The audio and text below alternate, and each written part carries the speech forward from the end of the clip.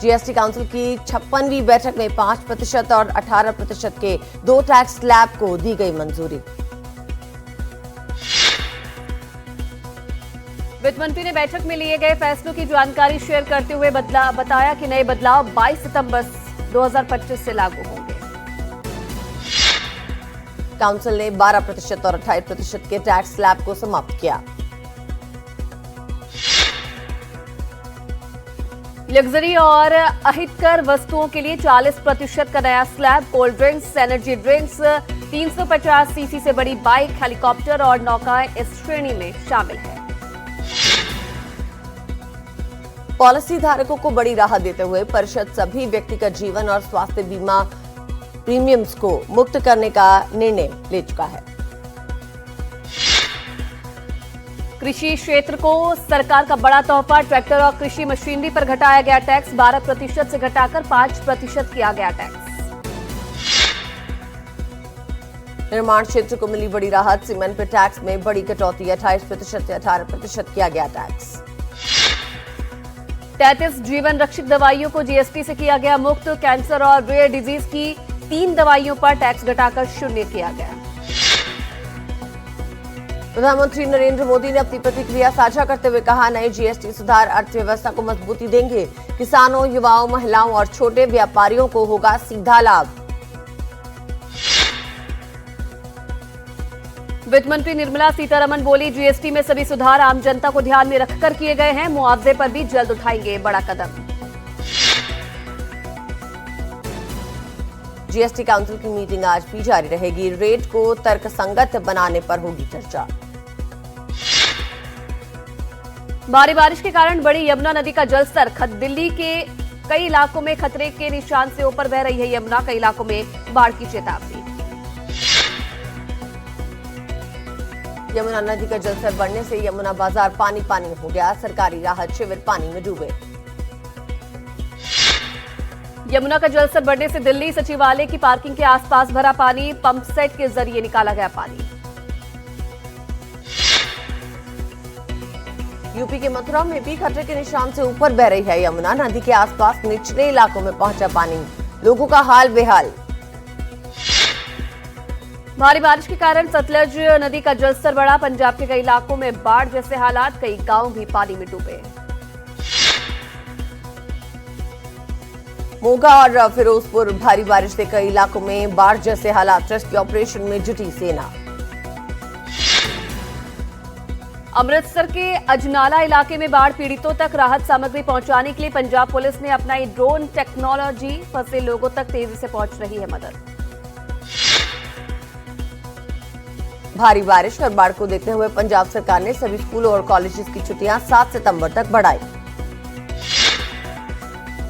केंद्रीय कृषि मंत्री शिवराज सिंह चौहान आज पंजाब के अमृतसर, कपूरथला और गुरदासपुर के बाढ़ग्रस्त इलाकों का दौरा करेंगे, किसानों से मिलकर नुकसान और राहत कार्यों की स्थिति का जायजा लेंगे। जम्मू के अखनूर में बाढ़ में फंसे 44 लोगों को बीएसएफ ने निकाला, MI-17 हेलीकॉप्टर से सुरक्षित जगह पहुंचाए गए सभी लोग। हिमाचल प्रदेश में मानसून का कहर जारी है, राज्य आपदा प्रबंधन प्राधिकरण के अनुसार अब तक 341 लोगों की मौत हो गई है, जीवन और संपत्ति को अभूतपूर्व नुकसान हुआ है। भारी बारिश को लेकर हिमाचल सरकार का अहम फैसला, 7 सितंबर तक सभी शिक्षण संस्थान बंद रहेंगे, शिक्षा विभाग ने जारी की अधिसूचना। शिमला के नेशनल हाईवे 5 पर बड़ा हादसा, बस पर गिरी बड़ी चट्टान, 2 लोगों की मौत, 15 लोग घायल। पालघर के नाला सुपारा में नगर निगम प्रशासन का जर्जर, इमारतों पे एक्शन, बारिश के बीच खतरे को देखते हुए रहमत नगर में गिराई गई जर्जर इमारत, इसमें रहते थे करीब 40 परिवार। हरियाणा के अंबाला में टांगड़ी और चग्गड़ नदियां उफान पर हैं, खतरे के निशान के पार बह रही हैं दोनों नदियां, नदी किनारे बने रिहायशी इलाकों में भी भरा पानी। आज एनडीए का बिहार बंद ऐलान, प्रधानमंत्री मोदी की मां को गाली देने के खिलाफ एनडीए की महिला ब्रिगेड ने खोला मोर्चा।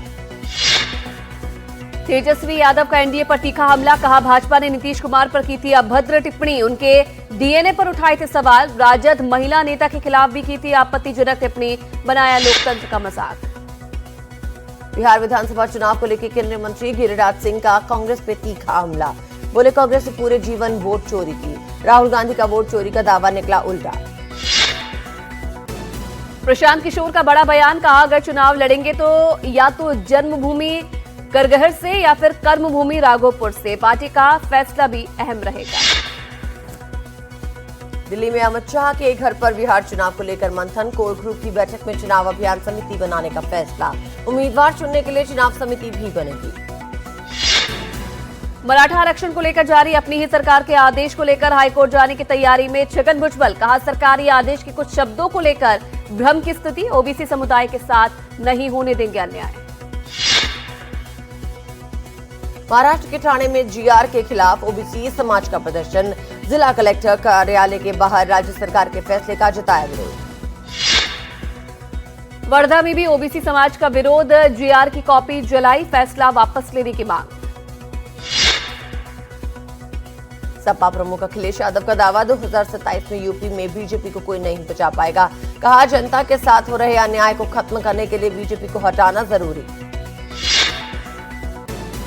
राजस्थान विधानसभा में राजस्थान कोचिंग सेंटर विधेयक हुआ पारित। जोरदार बहस के बाद सदन में पारित हुआ ये विधेयक। सनौर से आप विधायक हरमीत सिंह पठान माजरा ने जारी किया नया वीडियो। पुलिस पे फायरिंग की घटना को नकारा। पंजाब पुलिस पर खड़े किए कई सवाल। नवादा के दतरौल गांव में कर्मा स्नान के दौरान हुआ बड़ा हादसा। तालाब में डूबी 5 महिलाएं, इनमें 4 महिलाओं की हुई मौत, एक की हालत गंभीर। महाराष्ट्र के ठाणे में कार से कुचलकर शिंदे गुट के कार्यकर्ता की हत्या। घटना सीसीटीवी कैमरा में कैद। आरोपी फरार, पुलिस जांच में जुटी। सोलापुर हैदराबाद हाईवे पर बस और ट्रक में भीषण टक्कर। हादसे में 16 यात्री हुए घायल, इनमें 6 की हालत गंभीर।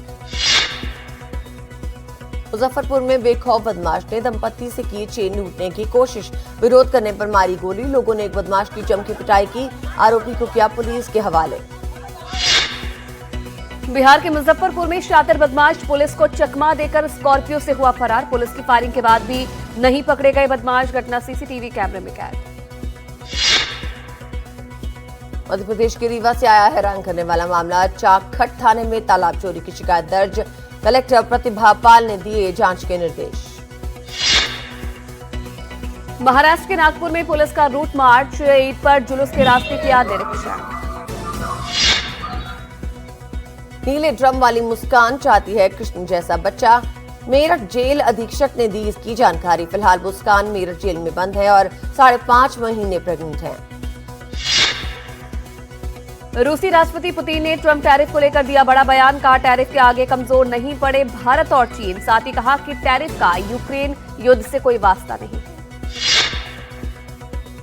पोर्चुगल में भारत के गैंगस्टर्स के बीच पहली बार गैंग वॉर। अंदीप मलिक का दावा, पुर्तगाल में राइवल गैंग के रोमी और प्रिंस के ठिकाने पर फायरिंग करवाई। पूर्व बीसीसीआई अध्यक्ष एन श्रीनिवासन की खेल प्रशासन में वापसी। अंतर्राष्ट्रीय ओलंपिक समिति ने भारत को ओलंपिक सॉलिडेरिटी प्रोग्राम के तहत फंडिंग फिर से शुरू की। आईओए के अंदरूनी विवाद और गवर्नेंस सुधारने के बाद यह फैसला।